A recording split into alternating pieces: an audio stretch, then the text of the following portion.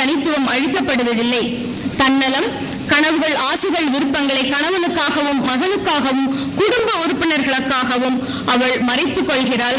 காலப்போக்கில் அவளுக்கு என்ற சுயத்தை அவள் மறந்து போகிறாள். ஆனால் குடும்பத்திற்காக உழைக்கிற அந்த பெண்ணை பற்றி எந்த கதைகளும் எழுதப்படுவதில்லை என்கிறார் கனிமொழி. பெண்ணின் தியாகங்களும் உழைப்புகளும் பேசப்படுவதில்லை என்கின்ற தன்னுடைய சிந்தனையை கவிதையாக்கி பெண் அடிமை நிலைக்கு எதிராக அவர் குரல் கொடுத்திருக்கிறார். தனக்கும் கனவுகள் இருந்ததை மறந்து ஓடிக்கொண்டிருப்பாள். நிற்காது ஓடிக்கொண்டு அவ்வப்போது நிறைய அன்பு செலுத்தும் என் அம்மாவை பற்றி எந்த கதைகளும் சொல்லுவதே இல்லை. இதற்கு பின்னணியை நாம் ஆராய்கிற பொழுது தந்தையை விட தாயோடு அதிக ஒட்டுறவாக இருக்கக்கூடிய கனிமொழி அவர்கள் தன்னுடைய தாயின் மூலமாக பெண் வர்க்கத்துக்கு இருக்கக்கூடிய பிரச்சனைகளை இங்கு முன்வைத்திருக்கிறார் என்று எண்ண தோன்றுகிறது. பெண்கள் சுய சிந்தனையோடு செயலாற்றும் ஆற்றலுடனாக இருந்தாலும் கூட சமூக கட்டுப்பாடுகள் அவர்களை இறுக்கி கட்டுப்போடுகின்றன. ஆணின் பார்வையிலேயே பெண்கள் வாழ்ந்து கொண்டிருக்கிறார்கள். அவளுக்கு என்று தனி மொழியை இந்த சமூகம் அனுமதிக்கவில்லை. எனவே அவள் வாழ்க்கை கூட பிறருக்காக வாழ்வதாகவே இருக்கிறது என்று வேதனையோடு கூறுகிறார் கனிமொழி. அப்பா சொன்னார் என பள்ளிக்கு சென்றேன், தலை சீவினேன், சில நண்பர்களை தவிர்த்தேன், சட்டை போட்டுக் கொண்டேன், பல் துலக்கினேன், வழிபட்டேன், கல்யாணம் கட்டி கொண்டேன், காத்திருக்கிறேன் என்முறை வரும் என்று. ஆகவே இந்த சமூகத்திலே பெண்ணுக்கான எல்லாமே ஆணின் அடையாளமாக ஆண்கள் நிர்ணயிக்கக்கூடியதாகவே இருக்கிறது. உடை, பெண்ணினுடைய உடை இந்த சமூகத்திலே முக்கியத்துவம் பெற்றாலும் கூட அந்த உடையை கூட அவள் தீர்மானிப்பதற்கு இங்கு உரிமை இல்லை என்பதை இன்னொரு கவிதையிலே அவர் சுற்றி இருக்கிறார். அப்பாவுக்கு பிடிக்கவில்லை என்று குட்டை ஸ்கர்ட்டை அம்மா எதிர்த்தது.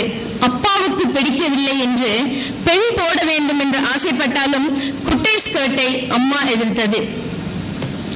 பெண் அடிமைத்தனம் என்று சொல்லுகிற பொழுது காலங்காலமாகவே பெண்கள் குடும்பத்திலே ஆண்கள் சொல்வதை கேட்டு வாழ வேண்டும், வளர வேண்டும் என்பது மறைமுகமாகவே இந்த ஆண் கைவாங்கிய சமுதாயத்திலே அவர்களுக்கு போதிக்கப்பட்டு வந்திருக்கிறது. பண்பாட்டு விழுமியங்கள் பெண்களை அடிமைத்தளத்திலேயே வைத்துள்ளன. ஆகவே கனிமொழி பண்பாட்டுக்கு எதிர்த்தளத்திலே நின்று பேசுகிறார். எமக்கு என்று சொற்கள் இல்லை, மொழி எம்மை இணைத்துக் கொள்வதும் இல்லை. உமது கதைகளில் யாம் இல்லை, எனக்கென்று சரித்திரம் இல்லை, நீங்கள் கற்றுத்தந்ததே நான். ஆகவே இங்கு ஒரு பெண் எப்படி வாழ வேண்டும் என்பது கற்றுக் கொடுக்கப்படுகிறது. எனக்கென்று கண்களோ செவிகளோ கால்களோ இல்லை. எனக்கென்று கண்களோ செவிகளோ கால்களோ இல்லை. அவ்வப்போது நீ இரவலாய் தருவதை விட இங்கு நீ என்பது ஒட்டுமொத்த ஆண் சமுதாயத்தின் பிம்பமாக குறிக்கப்பட்டிருக்கிறது. பெண்ணினுடைய அடிமைத்தனத்திற்கு மதமும் ஒரு காரணமாக இருக்கிறது. பெண் கவிஞர்கள் தங்களுடைய உடல் மொழியை, உடல் வேதனையை, மன உணர்வுகளை எடுத்துரைப்பது சமீப காலமாக தான் நாம் பார்க்க முடிகிறது. அந்த வகையிலே பெண்களினுடைய மன சிக்கல்களை அல்லது மன உணர்வுகளை ஆண்களை விட பெண்களாலே சிறப்பாக எடுத்திருக்க முடியும். பெண்கள் பேச விரும்புகிற செய்திகளை அல்லது மறுக்கிற விஷயங்களை படைப்பாளிகள் மிக தைரியமாக எடுத்திருக்கிறார்கள். அந்த வகையிலே பெண்ணும் மதமும் என்று சொல்லுகிற பொழுது ஆகமங்கள் ஆணும் பெண்ணும் ஒன்றோடு ஒன்று இணைந்தவர்கள், சக்தி இல்லையே சிவமில்லை என்று எடுத்திருக்கின்றன. ஆனால் உதடு பிரித்து பேச முடியாமல் மனதில் கட்டுண்டு கிடக்கும் பெண்ணின் உணர்வுகள் மொழியில் துல்லியமாக பதிவு செய்யப்படுவதில்லை. தன்னைத்தான் அடையாளம் கண்டு தன் உடம்பின் குரல்களுக்கு செவிசாய்க்கும் பெண் கவிஞர்கள் ஆண்கள் பேச தவறிய, பேச மறுக்கிற பல விஷயங்களை தங்களுடைய படைப்புகளிலே பாடுபொருளாக ஆக்கியிருக்கிறார்கள். அந்த வகையிலே இங்கு பெண்ணுக்கும் மதத்திற்கும் இருக்கக்கூடிய ஒரு தொடர்பினை, இது பண்பாட்டின் கூறாக இருப்பதை இங்கு கனிமொழி தன்னுடைய கவிதையிலே எடுத்திருக்கிறார். இதுவரை யாரும் பேசாத, பேச மறுக்கிற ஒரு முக்கியமான விஷயம் இது. வடநாட்டின் குளிருக்கு கால்சராயும் பூச்சோடு பூசாரி மோட்டார் போட்டாகிவிட்டது. ஆங்கிலேய அர்ச்சகர் இந்தோனேஷிய கோவிலில் செருப்பு போட்டுக் கொள்ளலாமாம். கணேசனுக்கும் கோழிக்கறி படையல் சட்டம் எழுதியாயிற்று. எல்லா சாதியும் கோயிலுக்கு வர, எந்நாடு போனாலும் தென்னாடுடைய சிவனுக்கு மட்டும் மாத விலக்குள்ள பெண்கள் மட்டும் ஆவதே இல்லை. சட்டம் எழுதியாயிற்று, எல்லா சாதியும் கோயிலுக்கு வர, எந்நாடு போனாலும் தென்னாடுடைய சிவனுக்கு மாத விலக்குள்ள பெண்கள் மட்டும் ஆவதே இல்லை. இங்கு பெண்ணினுடைய உடல் கூற்றிலே, வளர்சிதை மாற்றத்திலே மாதவிலக்கு என்பது முக்கியமான கூறாக உள்ளது.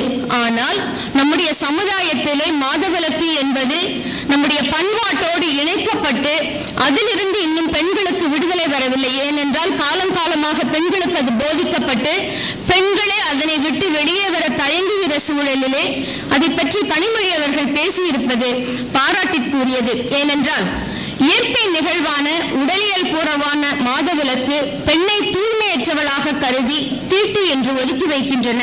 உலகம் முழுவதும் உற்பத்தி தொழிலை செய்யும் பெண்கள் ஆண்களை விட கீழானவர்கள் என்கின்ற எண்ணத்தின் விளைவினால் பெண்கள் காலம் காலமாக தீட்டு என்ற சிந்தனையில் விதைக்கப்பட்டு அதில் ஆழ்ந்து போயிருக்கிறார்கள். சடங்குகள், கோவில்கள், புனித விழாக்களில் தீட்டுடைய பெண்கள் கலந்து கொள்ளக்கூடாது, அவள் தீண்டத்தகாதவள் என்ற எண்ணம் வலுவாக பெண்களுக்குள் செலுத்தப்பட்டு அவர்களே தீண்டத்தகாதவர்களாக ஒதுக்கி வைத்துக் கொள்கிறார்கள். இதை வன்மையாக சாடும் கனிமொழி இந்நிலையை மாற்ற பெண்கள் போராட வேண்டும் என்ற எண்ணத்தை காலத்தின் கட்டாயமாக முன்வைக்கிறார். அது மட்டுமல்லாது பெண் தீட்டை என்பது இந்து மத மரபு ஆணிய புனைவு என்றும் வலுவாக சாடுகிறார். ஒருவேளை இவர் திராவிடிய பாரம்பரியத்திலே வந்திருப்பதனாலே இதனை தன்னுடைய பாடுபொருளிலே வைத்து பேசியிருக்கலாம் என்பது என்னுடைய கருத்து. சமூக யதார்த்தம் என்று சொல்லுகிற பொழுது மாறாதது எதுவுமே இந்த உலகத்திலே வளராது. அந்த வகையிலே பெண்களுக்கு ஓரளவு தான் சுதந்திரம் கிடைத்திருக்கிறது. பெண்கள் முழுமையான நிலையிலே மாற இன்னும் பல காலம் ஆகும். ஆகவே நாளை இந்நிலை முழுவதும் மாற வேண்டும், மாறும் என்கின்ற எண்ணத்தினை தன்னுடைய பாடுபொருளாக இவர் வெளிப்படுத்தி இருக்கிறார். பந்தயங்களில் பணயமாக்கப்பட்டேன், கோவில்களில் விக்கிரகமாக்கப்பட்டேன், எனக்காக போர் தொடுத்தார்கள், கவர்ந்தவனிடமிருந்து மீட்டார்கள், காவியம் படைத்தார்கள். என்னுள் நாளை பற்றிய நம்பிக்கை கணாக்கள் இன்னும் விரல் பற்றும் குழந்தைகளாய் நாங்கள். இவருடைய சமூக யதார்த்தத்திலே நிற பேதத்தை பற்றியும் இவர் பேசியிருக்கிறார். தமிழ்நாட்டிலே கருப்பு நிறம் என்பது அனைவருக்கும் ஆகாத நிறம். தோல் தேய்ந்து தொலைந்து போகும் வரை கழுவுகிறேன் சபைக்கு சரிபடாத என் கருப்பு நிறத்தை.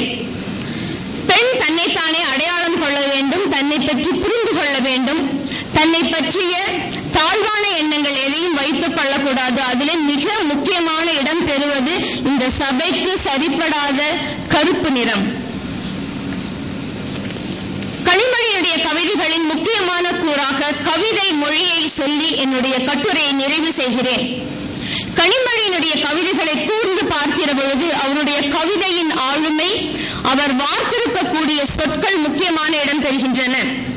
அதில் மிக முக்கியமாக தன்னுடைய தாயினுடைய கருவறை வாசனத்தை பற்றி அவர் சொல்லி இருப்பது மிகவும் குறிப்பிடத்தகுந்தது. ஏனென்றால் பெண்ணின் கருவறை வாசனையை பெண் மட்டுமே உணர முடியும். அதுவும் எங்கெங்கோ பட்ட காயங்களுக்கு மருந்தாய் அவள் மடியில் தலை வைத்து தூங்கிய போதெல்லாம் பாதுகாப்பாய் என்னை தாங்கிய மனம் அவள் என்பதே அதுவும் சேர்ந்துதான். வளர்ந்து விட்ட மனதின் சுவர்கள் அவளை கட்டிக்கொள்ள விடாத போதும் மெத்தென்று இதமாய் வருடி போகும். தேவைகளின் தடம் பிடித்து தூர வந்துவிட்ட போதும் எனக்கு மட்டுமே புரியும்